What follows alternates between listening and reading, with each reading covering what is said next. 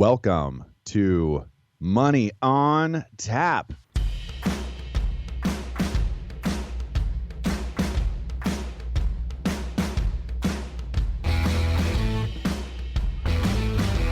Money on Tap, your personal finance headquarters, where we bring out the professionals' experience and some fun in what we call three-dimensional investing, utilizing insurance, brokerage, and fee-based planning. That's what we do on this show. We look at all sides of the issues, and we bring a fully independent planning perspective to the table. Welcome back. You're listening to Money on Tap. You can reach us at 855-226-8551 or info@yourmoneyontap. My name is Seth Crossman here. Once again, Ben Brayshaw, Dan Micklin. How are you guys doing today? I'm doing good. It's August. I know. I'm just kind of like, wow, where did summer go? All this rain, and it's been crazy here. Back to school shopping. It's just like, wow. Do you back to school shop if you homeschool? I don't know. I'd love to hear back from some of you guys. How do you do it if you're homeschooling? Is that one of those costs that you can just kind of layer out throughout the rest of the year, or is that something that you do as well? Like everybody gets on board with back to school. I think my wife does back to school shopping for herself.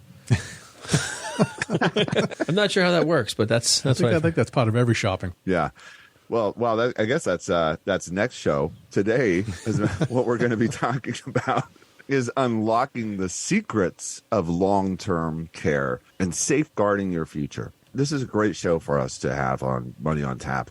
There's a huge demographic inside of what we work with as financial planners and financial advisors. Right now, the baby boomer population coming through has just a significant need, as the numbers out there express, as we take a look at the demographics and what happens over the age of 70 and the need that's in that long-term care, and how few people really tackle this subject in a way that empowers your ability to move through and understand what these numbers mean to you and how you can plan for the probability of having some kind of a long-term care need. We're going to jump into this here with you. We're going to actually have quite a bit of fun in this show because, it's a topic that's a little sensitive. We get it. It's understandable why. It's one that's very close to my heart with both of my parents in this demographic as we speak. So, we kind of had that conversation before we got going here. It's like, wow, this is my world. So I'm going to, get to share some of that experience with you, I hope, as well. And either way, we're hoping that you're going to be able to be empowered through the topic today and come back to us here at Money on Tap, Brayshaw Financial Group with, whatever your questions are.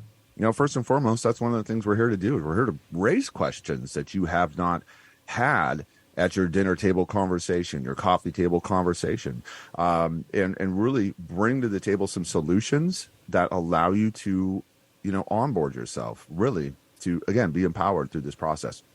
With that, we're going to jump into Money in the News.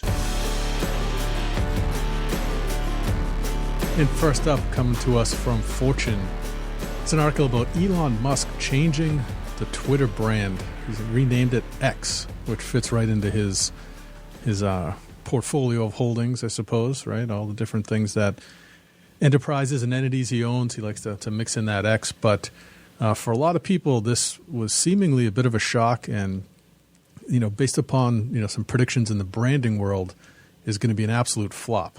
Now, I'm not on Twitter, so this is kind of slow moving news to me. I didn't feel this or recognize this when it happened. But we have seen a couple of the other major players in the tech world make a similar change. Facebook changed to Meta, and that was in support of their, some odd $1 billion investment in the metaverse, right? Mm-hmm. So there seemed to be some sense to that. And then as well, Google changed its name to Alphabet, similarly because they have a number of different businesses, and they didn't want to be kind of lumped into that one cart. But Twitter's a little bit different in that it kind of is what it is, number one, and number two, the whole language around it, right? The tweet and the retweet. What's going to happen with that, I wonder? This whole thing with Twitter and Elon Musk buying it out, I'll tell you, it gave it a much better opportunity to be a real company at that point. I mean, I think it was so jaded, I think manipulated throughout its tenure. It's pretty horrific to think about how the number of people Elon Musk let go in that company to still maintain and meet the same standards of that is pretty amazing to know what was kind of going on behind the scenes and some of the exposure I've read in articles and some of that stuff. But I do think the rebranding, I think the idea of tweeting and Twitter, and the article points out, like this is like they've changed these words into verbs. I mean, it's like, hey, did you tweet or retweet? I think that's really interesting. I was on Twitter for a short period of time. I mean, when Trump was in office, I mean, I literally listened to everything he had to say. And, so it was really the only way you could get real news, Dan. So, I mean, it's just kind of funny. I do miss Trump Twitter, I'll tell you that. Yeah, I know. That's about the end of it, but I do miss that I would part. be as frustrated and tweet everything he probably tweeted too. I mean, at the end of the day, it's, he couldn't get anything out. So, but I do think the big piece that's lost are those words. I really think there's no statement on, are you, I don't know. I mean, maybe Seth, but I mean, the idea of brand X, I mean, are you now not tweeting, you're branding? Oh, did you see what he branded? I mean, what is the word? What are they doing? Yeah, nothing's really going to flow out the tongue quite like a tweet, right?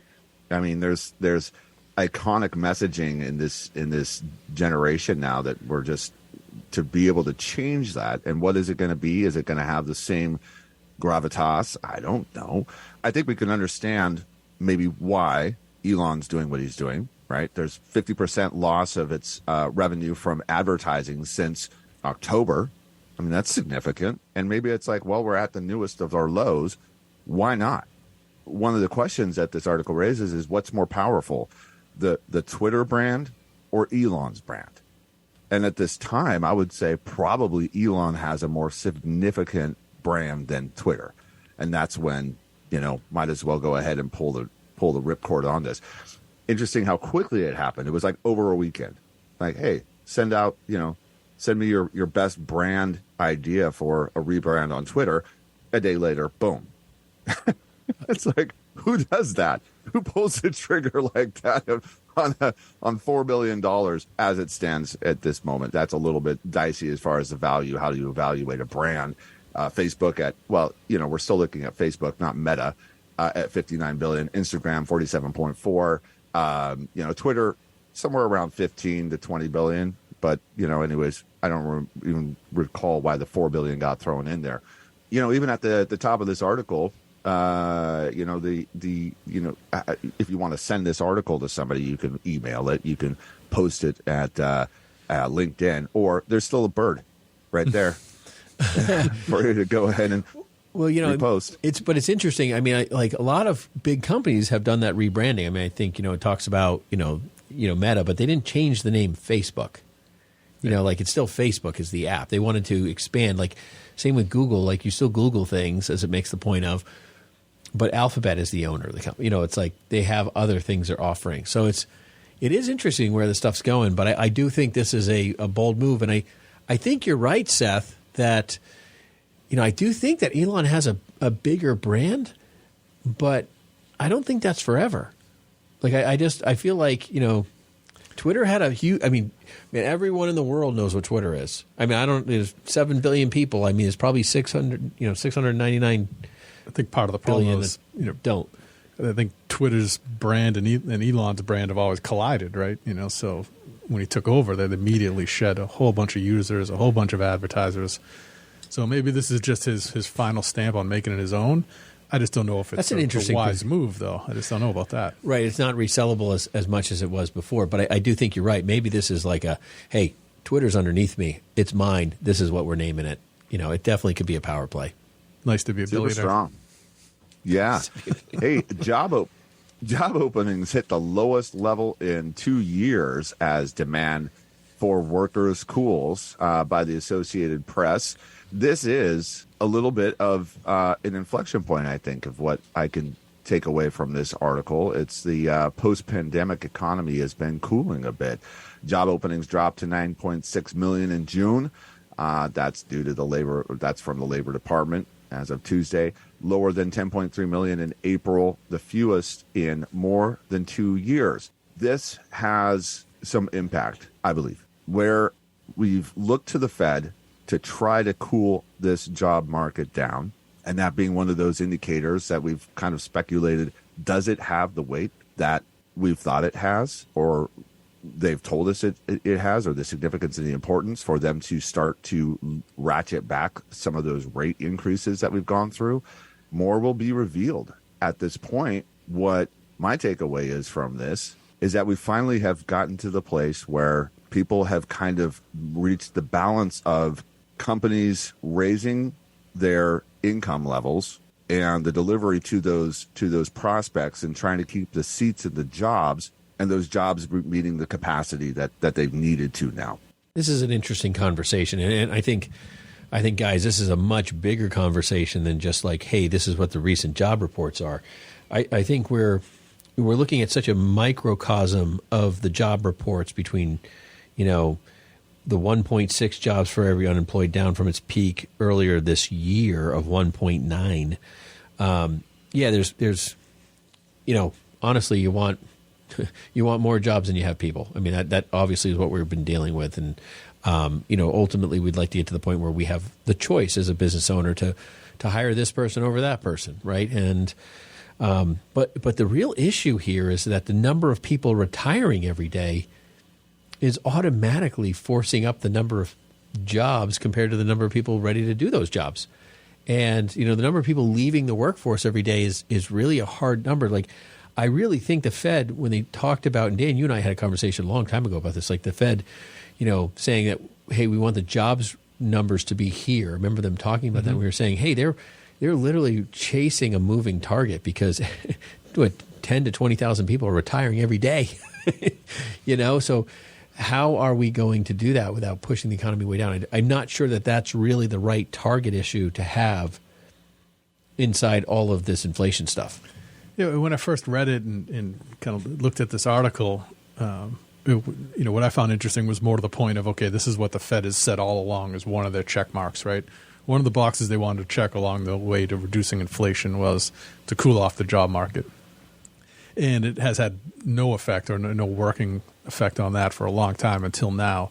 But what I hadn't considered was the demographic point that you always bring up, Ben, and it's a good point here is, well, again, how much of this is Fed related, how much of this is just kind of the aging of the workforce related. But I think the bottom line here is, for those of us who are hoping to see these rate increases, either cool off or just cease to exist for a period of time and let inflation kind of do its thing. I think this is one more element where, at least the Fed can tell itself, right or wrong, that, hey, listen, we've accomplished this part of our goal. Maybe we can cool it with the rate increases. And that's hopefully, I think the best news to come of this is if that in fact plays out that way. Up next, coming to us from the Washington Correspondent, likely to be dismissed, observers see few immediate effects from the second downgrade of U.S. credit in history. And what's going on here is that Fitch downgraded the government's rating from the top rating, which is AAA, which we've always been, to AA+. And specifically the cause for that they cited was political instability around the January 6th insurrection, the trials upcoming, continued to be polarized government, and an expected debt limit fight coming up in 2025, which has been seemingly an annual event here. So there's been a lot of kind of disagreement politically, and I think the government's responded predictably here, saying that this is nonsense, that there's no reason to have any lack of faith in the U.S. government's ability to pay bills. However, Fitch has decided to take this move in light of all the turmoil out there, which politically, at the government level seems to have had very little effect, but from a stock market and from an investor's perspective, this has pushed the market and taken quite a bit of a hit today so far. I didn't really, reading the article, I mean, do I think that the ratings change is justified and relevant? Yeah, probably, with the amount of debt that we've written the 12 or 14 trillion dollars, I can't even keep track of it, and, the aggressive effort by the White House to continue to wash out student loans. And I mean, we're devaluing the U.S. conversation of, debt management and debt ownership. I mean, from all the way down to our youth who think we shouldn't have to pay this debt, all the way up to the people who are running the country. So I'm not a big proponent of this in general from a standpoint of the debt side, but I think the downgrade's relevant. But when reading it, it didn't really – I wasn't like, oh, no. I think Moody's is still, AAA, right? So, yeah. they're not doing anything. It's not expected to do anything. And truth be told, like, where else are you going to put your money if that's what you're looking for? So at the end of the day, you have, the largest currency in the world, which is the reserve currency still. And I know that's dropped. We talked about this in shows ago, that the reserve currency, the U.S. dollar, has dropped significantly. I think it was from the 70s down into the 50s in the last couple of years. And that's, a concerning factor. I think the downgrade's probably relevant on some level. I don't think anybody should be really a AAA rating in general. I mean, everyone has risk, even governments. And I do think that the amount of, debt we've taken on, and the fact that we're not a gold standard and we print as much as we want, if I was holding paper, I'd say I'm more concerned today than I was yesterday. Right? I mean, if you owned the U.S. dollar 10 years ago or even 2 years ago, it was worth more than it is today, theoretically, based on the amount of debt we have. So, yeah, when you take a look at how much debt we've taken on over the last 10 years, you look at the graph, and it's kind of this gradual increase in our U.S. debt. And then over the last 10 years, it's hard to really describe what that graph is showing, because it is so much greater than anything that historically we've seen as far as the amount of debt and that we've taken on. So I can understand that being a part of why they would downgrade our debt. That coupled with also the U.S. dollar actually no longer potentially being the world currency, and that us having really the kind of the U.S. dollar has been the world currency for as long as any of us have been alive, right? So now we're looking at a future that's maybe less stable or with less leverage for the debt to be secured like it once was. Yeah, it's interesting. I was reading something one time. It was like the U.S. can decide to print more money, and then what they do is they, then sell a bond, and then all they have to do is pay the interest on that bond for having, printed all that money, and then they can print more money to pay the interest on that bond, and then, and so theoretically, like the cost of printing this money is significantly inexpensive versus the amount of money they're printing, because they're only paying the interest on that interest, on top of the interest. So, there's a point in time where this goes south, but we're not there yet. I would say that if you're as concerned about the rating on the U.S. bond right now, you should be as concerned about the dollar in your pocket. They're all connected, So, at the end of the day, when you count that dollar in your wallet, that is our reserve currency. That's going to pay everything back. So, if that concerns you, I'd get rid of that too. Yeah, I think there's a big geopolitical aspect to this, and it's in a lot of our adversaries' interest to see the dollar get depegged, and the BRICS are trying to create their own ability to transact and exchange currencies. We have the whole Chinese Silk Road initiative with however many trillions they're pumping into that. But I think the one kind of silver lining out of it all is that even these nations, when anybody at this point is looking for the safest of available options, they're still buying U.S. bonds. They are, but I would say that, all of our enemies are trying to move everyone else to a gold standard. And I think they're ultimately doing that to literally corner our currency, because then they can say, this is not a gold standard. Which one do you want to own? And that's where I think the one world currency comes from. I think that's where, Coin, FedNow, and Bitcoin and all this stuff just converged, because they say, you can have all your money in the U.S. dollar, but what's that really worth? Because here, I can translate this into a physical gold coin.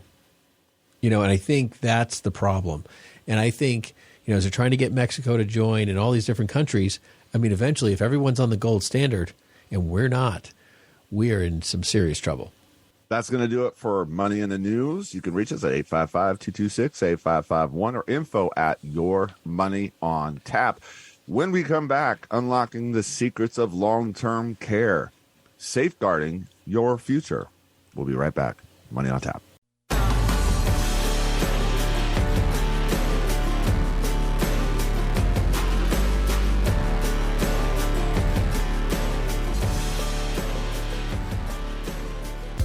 Hey everyone, Dan Mickelon here with Brayshaw Financial. Looking for a hassle-free way to invest? look no further than Brayshaw Financial Group. With Brayshaw Financial Group, you can start investing with as little as $100, enjoy a user-friendly platform with a diverse range of investment options. Visit Brayshaw Financial Group and start your investment journey today. Brayshaw Financial Group, investing made easy. We appreciate you listening to Money on Tap with Ben, Seth, and Dan. You can contact us at 855-226-8551 or email us at info@yourmoneyontap.com. And now, more of this week's program.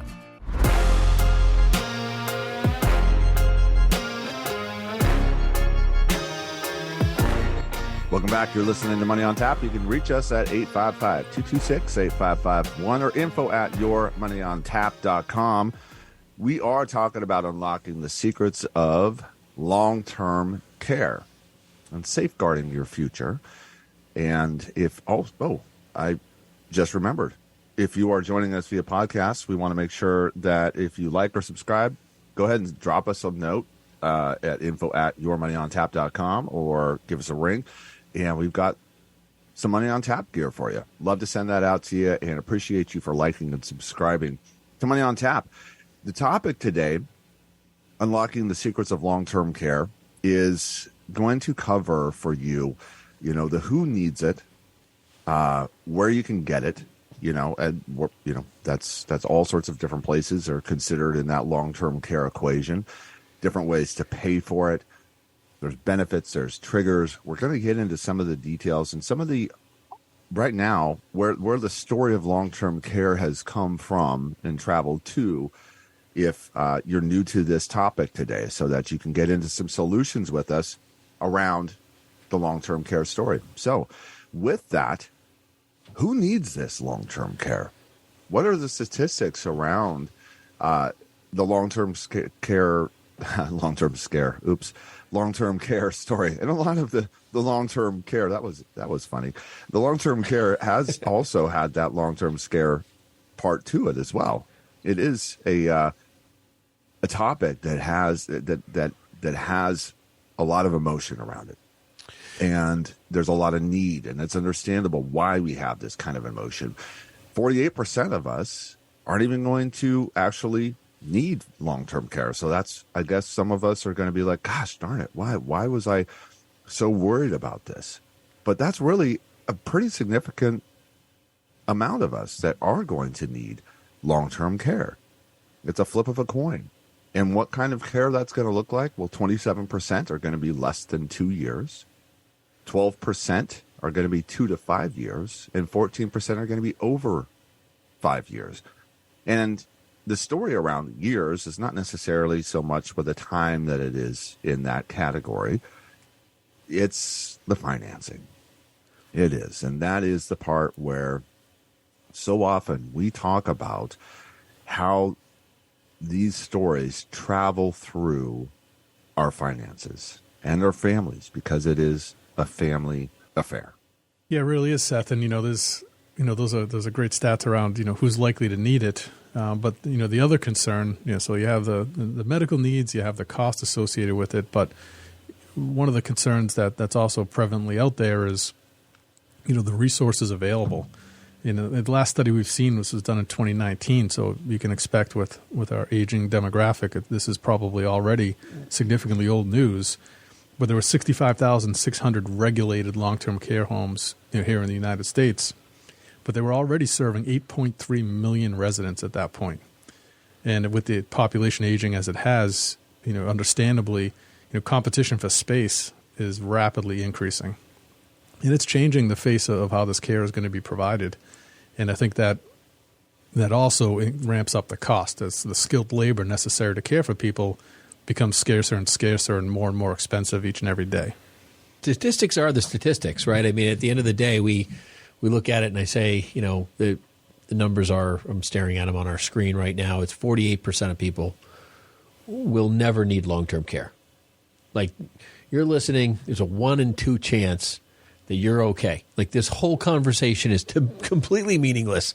Like, just forget it. Just move on. The problem is that if you are one of the other people on the side of the coin, the cost is astronomical. I mean, that's why people get scared of when you talk about long-term care, and no one wants to go to a nursing home and assisted living facility. Like, it's just like no one wants to talk about it. I mean, it is just the bad news bears conversation. Like, you don't want to have a conversation about long-term care. So, but we're going to have it today, and I'm actually excited about this because I think there's a lot of really good positives because there's so much you can do no matter what you do to deal with long-term care or any sort of care that's in the future. The preparation alone will make your life better. No matter what preparation it is, you're going to be in a better position for it. When I think about long-term care, and you're talking about costs and numbers of organizations and places and people, and there's just so much stuff. And we were talking about this on the show before. Seth was like, "Man, there's just so many numbers to this thing. 1 in 2 chance you're going to need long-term care, and what are you going to do about it? Because the expense is horrific." In the idea of a care facility, you're going to spend $7,000 to $8,000 on average in our country for a care facility, right, Dan? I mean, that is the numbers. I mean, that's what you got. It's going to, and in New Hampshire, you can get a little bit lower. You start going to Alaska, it's like $36,000. Like, I'm not getting care in Alaska. I don't want to be there anyways. So that being said, the numbers drastically rise over the next 20 years to almost double that, to like $15,000 a month almost. So that's based on the statistics that, hey, the cost of care is averaging about 7% annually. I think that's a low number. I've seen much higher numbers. The growth rate in the healthcare system is significantly higher. But, when it comes down to whether you need care or not, the big gamble is not really, I mean, paying for it is one thing. Either you have the money or you don't. But the real gamble is getting the care. We've chatted about this a couple times in different conversations. We have this massive growth of people retiring, and those people will all eventually need, 50% of them need care. So we're going from 45 million Americans to 120 million Americans retired, right? So we've got all these people who need care today, but we're going to triple the number of people retired. So that's going to triple the number of things. But then on top of it, the workforce is declining, which we talked about earlier today in the show. Like, the number of people entering the workforce is growing lower, and people providing this care is huge. So I think in 20 years, when some people who are listening to this show might need some form of care, it won't matter whether you have the money. It won't matter what you're doing for it, whether you've got long-term care insurance or you're super wealthy. It'll be whether they can find a bed in a care facility for you. Like, we can't build these things fast enough in reality for what's going on. Right now, there's parts of this country where I know you can get, we've talked about this, like there's places, I know there's places here in New Hampshire that aren't full, but there's places elsewhere in the country that are just packed out and they've got a waiting list, So there's some complications around all this stuff. I think where our world is going with all of these things is, there's a huge focus on home care. In providing home care, there's home care services, additional provision services that can kind of keep you more comfortable at your house, maybe even when you're not qualifying for actual long-term care in itself. But that's less than 2/3 the cost than getting into a skilled nursing facility. And I pose this, guys, as we're kind of getting into the show and really digging deep.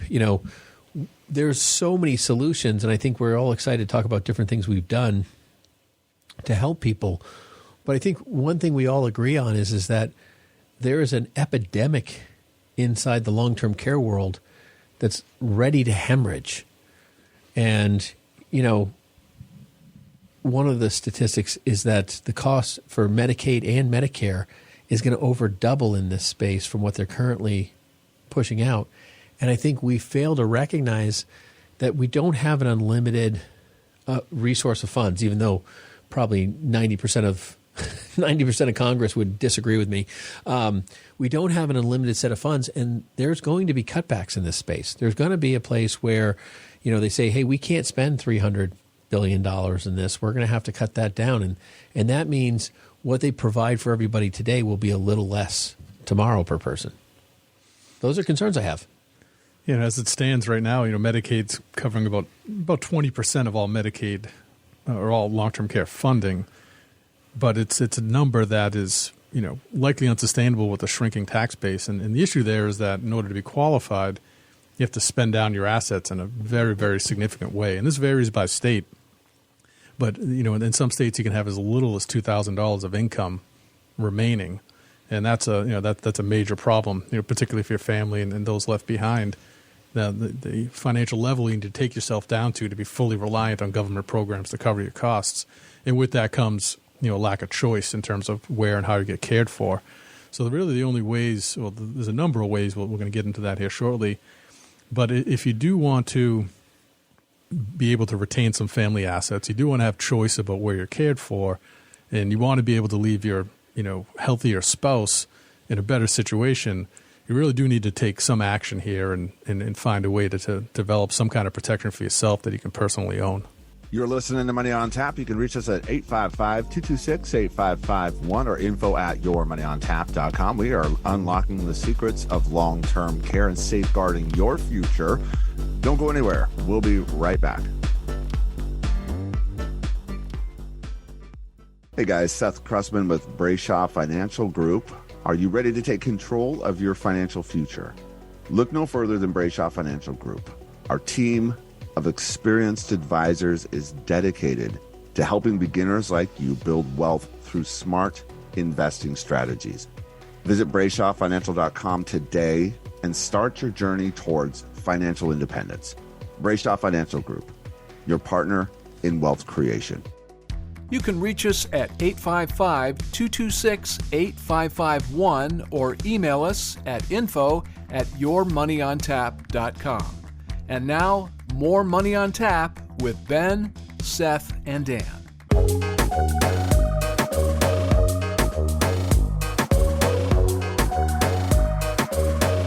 Welcome back. You're listening to Money on Tap. You can reach us at 855-226-8551 or info@yourmoneyontap.com. We are talking about unlocking the secrets of long-term care, safeguarding your future. If you are out there in the podcast world, and subscribe. Please drop us a note. Let us know. We'd love to send you some Money on Tap gear, and thank you for being a part of Money on Tap. Dan, where are you taking us? Yeah, I just wanted to take a quick step back and just talk about the total cost of long-term care and nursing home coverage and where it's coming from. But as it stands right now, Medicaid's paying about 43% of the total cost for care and facilities for seniors. Medicare is covering about 17%. Only about 12% is being presently covered by long-term care policies. And that leaves 24+% that is being paid for out of pocket, which is, I think, the concern that we're trying to help people eliminate here is to find ways to shift that cost away from you and your family and into something else. Yeah, I think, one of the things we see this regularly, like the traditional concept of long-term care insurance has completely, the world has fumbled the ball in that space. I mean, I have people who call us who say, hey, and I didn't even sell some of these things, but they're like, hey, GE and, MetLife or Mass, whoever they bought their long-term care policy from, hey, they sent me this increase and I don't know what to do with it. And it's going to be, and I just got one the other day. The person told me they said they were going to increase their premiums, what they pay to have the insurance, by 20% each year for 5 years. It was a massive scenario. I was like, right now, you can afford the premium increase. Let's just see what happens next year, because it's not guaranteed that they're going to do it, but this first year is. And they have to apply to the state and justify that they have exorbitant costs above and beyond what they projected, and the government allows it, and it says in the policy it could. But long-term care, most of the companies have gotten away from that. I think there's, one or two companies, outliers, that are still kind of selling that traditional term insurance kind of long-term care coverage and whatnot. But the rest of the community, the rest of the insurance community has really moved to a life insurance purchase. Like you buy life insurance and it converts somehow, some way into long-term care. Huge wins in that space. One is life insurance is a little bit easier to underwrite, especially some of these policies that are focused on long-term care. Secondly, the big win is if you don't use it for long-term care, there's some form of a death benefit for your family. There's a return of an asset to the family versus that money just being lost forever, which a lot of people complain about. And the other piece is that the premiums don't ever change. Like the cost of what you pay for this thing is defined. You can either pay it all up front, pay it out over 10 years or 25 years or your whole life. You get to choose how you pay it, and you know exactly what it is, so you can throw it in a budget. People love that when it comes to retirement and figuring out long-term care. The other thing is that the newer programs are extremely home care friendly. For all the reasons we spoke about earlier, the number of people who are going to need care, it's going to mostly be provided in your house, which is where most consumers want to receive their care. They want to stay home with their family or their spouse or whatever. And so that's been really well received, and there's no waiting time for some of these things that are in the home care arena. That's a pretty neat, huge benefit.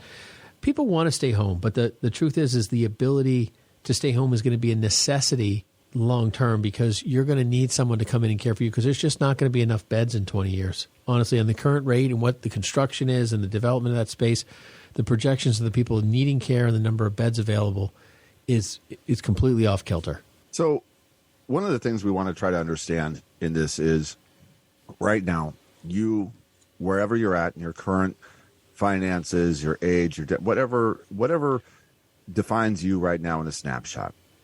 Okay, let's just say that you have a long-term care scenario less than 2 years down the road, or excuse me, it's for 2 years, right around 2 years. Okay, so what is that cost of around $186,000, a little less than $186,000? How is that going to work its way through your finances? And Dan, you kind of addressed some of the statistics there around percentages of what's getting covered out there. And a significant part of that coverage, tell me if I'm wrong here, was around 24% that was right. Out of pocket. Yeah. So the other places that people are paying for this, and this might be you, would be Medicaid, which is the government supported option, right, to get that paid for, which is a part of that Medicaid insurance. Now, to do that, Dan, you were talking about having a level of income that is it's fairly low, and that might be where you're at. You might not have an income that supports anything more than Medicaid right now, and that's how you're going to cover that. If you have income above and beyond that, and you're of age, and you have that Medicare, which might cover a portion of it. Okay. After that, we're looking at health savings accounts, and some kind of outliers there are, VA insurance and home equity or reverse mortgage on a home. Those are the options. And the questions I think people need to ask themselves, just as a quick survey right now, if that's you, how do you cover this? Not an option. Yeah, Seth. And I think the thing is people figure out how to cover it for their spouse, right?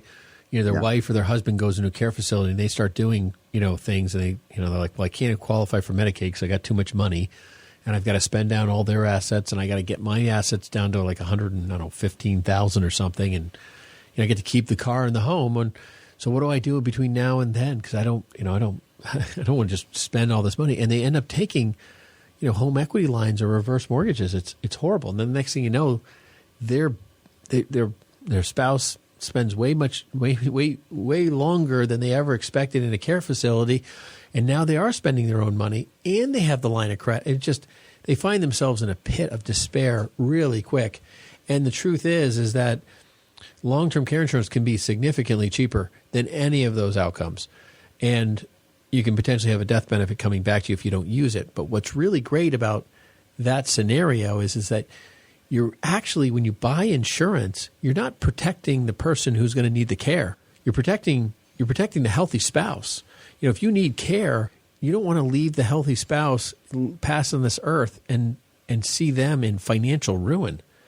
I mean, that is a living death watching that happen. Like, because you can't do anything about it. Like, I've met many people saying, I want to do Medicaid planning. And that's fine. We have attorneys, we have things, and there's lots of ways to do that stuff, and you can prepare for that. But it is a painful process. I mean, it is not a fun thing to do. Medicaid planning is not an exciting way, like, hey, how do we do this? It's usually high taxes. You're liquidating IRAs. You're putting things into immediate annuities and spreading the income out, and you're trying to shelter everything into a trust and buy your way through 5 years. And I'm just talking fast, but it is not a fun process. Matter of fact, when someone wants to do that, I really, really feel like, is there any other way we can solve this for you? And there usually seems to be a way, but not always. And so if you're going to do it, and like I said earlier, planning really does make everything a little bit better. I think people people run scared because I think our world has really treated things like long-term care insurance poorly, and I think they've been poorly managed. And I think there's really strong opportunities now for people to protect, your spouse that you love so dearly. Because if you're the person who needs care, the last thing any one of us want to do is be a burden to the person who's loved us all those years. And I'm sure we've all had experiences, but I've had one with family where, the first spouse to be sick, they at that point in time they had assets, the assets were spent down entirely. Then he passed, and the second spouse to be sick, essentially, one of the New England states will make a deal with you where they will cover your care and allow you to be in the home that you're presently in, but on your demise, they're going to sell your house and cover the tab. Yeah. Right. So, the consensus was, well, that's a great deal. And I'm looking at it like, well, that's not so great. Yeah. So, literally all the assets were spent, and on the second passing, the house was sold to pay the bill. So, they went into this years-long, difficult health journey, with significant assets and came out with nothing.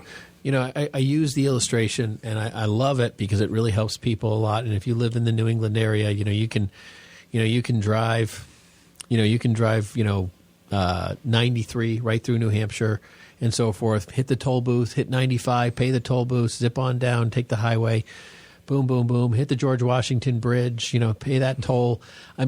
You can hit toll booth after toll booth after toll booth. It will get you there, and it's an exorbitant cost.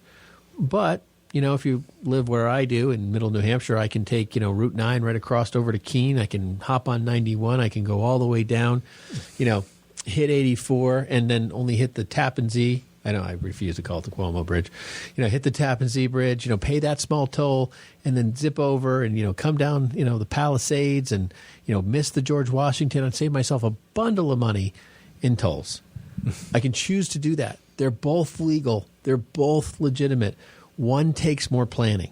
One takes a little more effort, a little more thought. It's people just say, "Oh, now I'm here, Dan, and that house I have to put up, and that's a good deal because that's the toll in front of me." Like when you're on the George Washington Bridge, to turn around, you can't, and that's where people find themselves is the inability to turn around, and the toll is enormous, and it's the only option. So it looks good because, well, that's just the choice I already made. There's always something you can do to make this situation, I think, better than whatever going down the regular roads are. I was so relieved to realize that the 93 and the 95 are not how fast you're driving. You're listening to Money on Tap. You can reach us at 855-226-8551 or info@yourmoneyontap.com. If you're out there in the podcast world and you like or subscribe, send us a note. We'd appreciate it, and also want to send you some Money on Tap gear, hot off the press.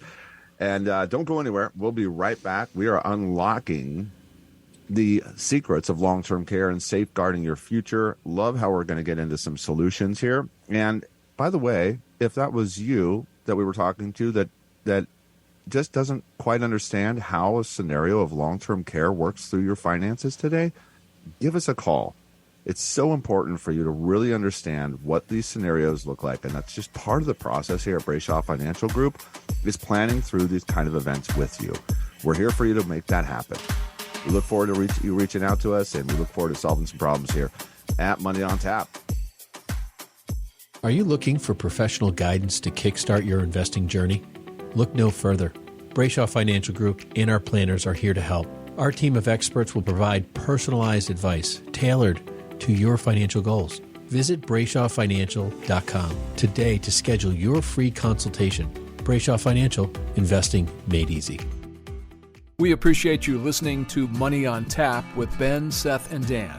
You can contact us at 855-226-8551 or email us at info@yourmoneyontap.com. And now, more of this week's program.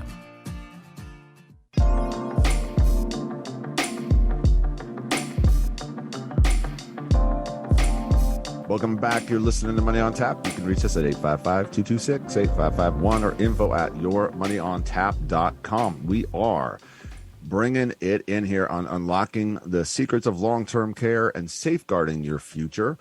And there's, for one, there's a lot of numbers that we're throwing out here for you folks. We realize that it was one of the challenges that we had as we go through all of this data is like, what's important here, right?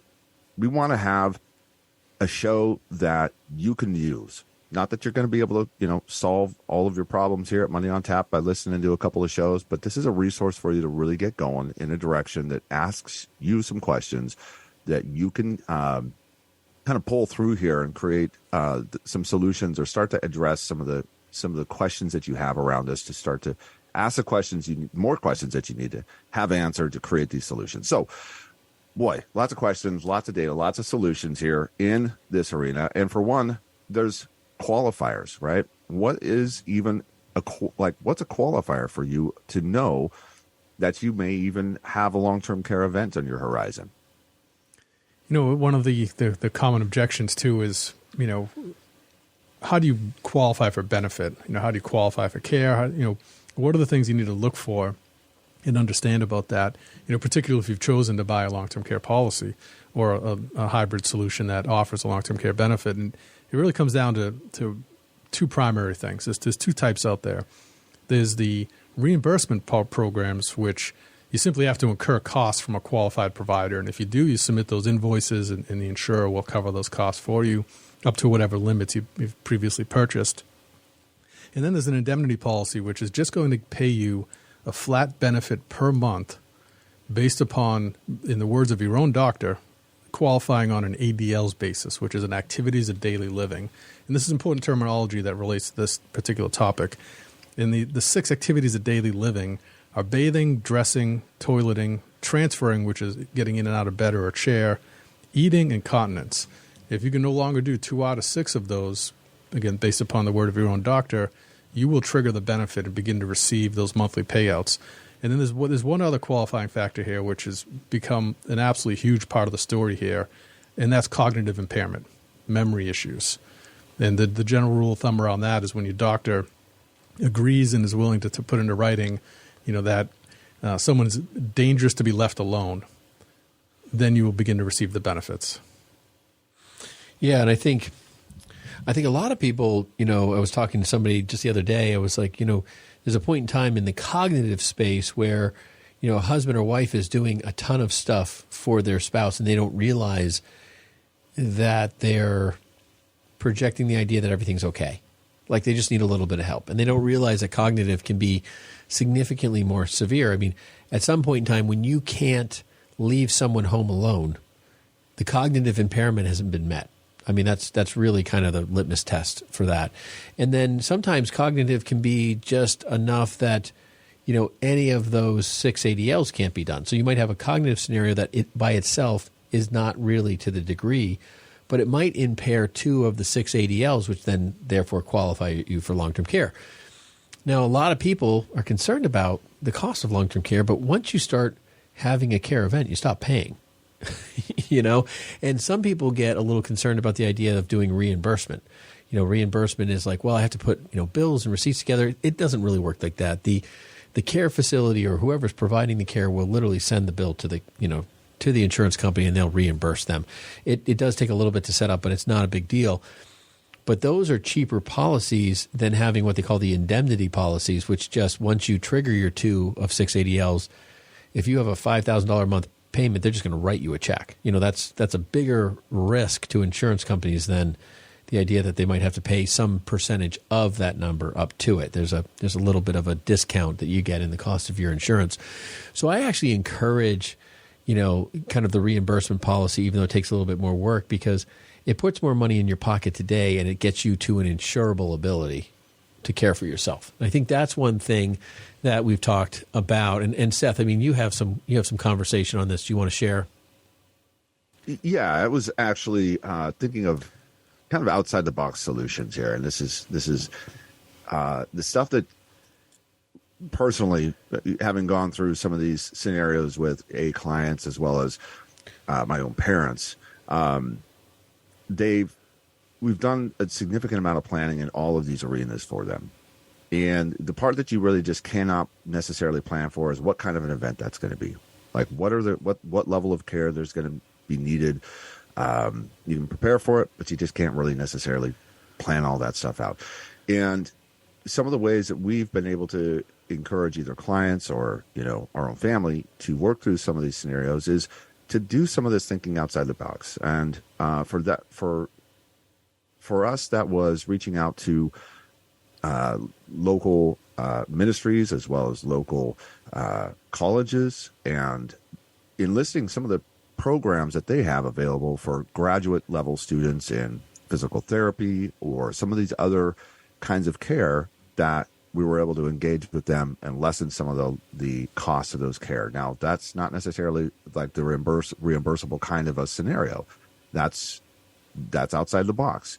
And that's one of the things that when we're taking a look at different products and placements is that we're able to kind of work through some of those scenarios of how these products engage with you, your life, and your finances to be able to just try to future what are some of the possibilities here? What are the resources that you have right where you are and where you're at?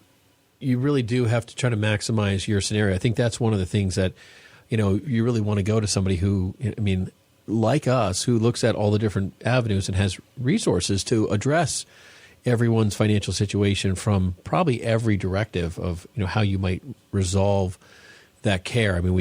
Seth, you've had a lot of personal experience with this, and I think that's a phenomenal scenario. But there are a lot of ways to deal with this, and there are people who can self-insure, and you can do it in a healthy way too. Like you can say, hey, listen, I'm going to prepare. Medicaid will be my last final out, but I want to try to figure out how to mitigate the overall expenditure personally and the out-of-pocket costs. There's lots of things you can do, but it takes planning now and so forth. I think, we had, it's got to be a year or two, maybe 3 ago. I don't know. We had on the show, we had a representative from one of the insurance companies, One America, and, they had a product that I actually like. It has, it's a 0-day elimination period in home care. Like you don't have to, once you qualify, they're paying immediately. Like there's no waiting.